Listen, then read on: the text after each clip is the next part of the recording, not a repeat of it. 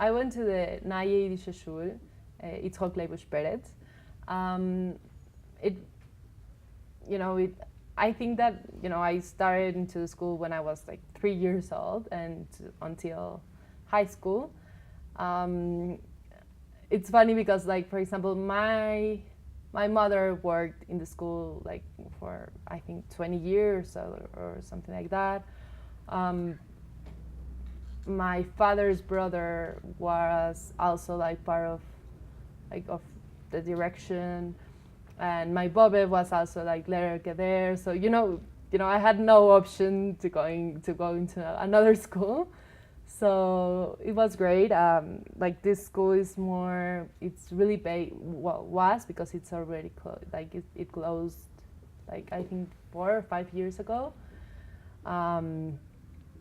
It was a school that it was like based into like Jewish values, but keeping like with this perspective of seeing like the opportunity to give a child, like a second chance, or to be like more open into like different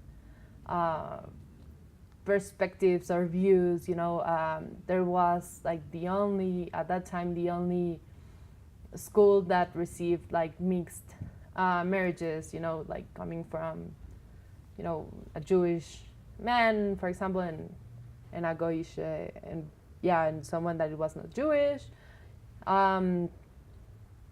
So it was really open-minded. Also, like, for example, it had like this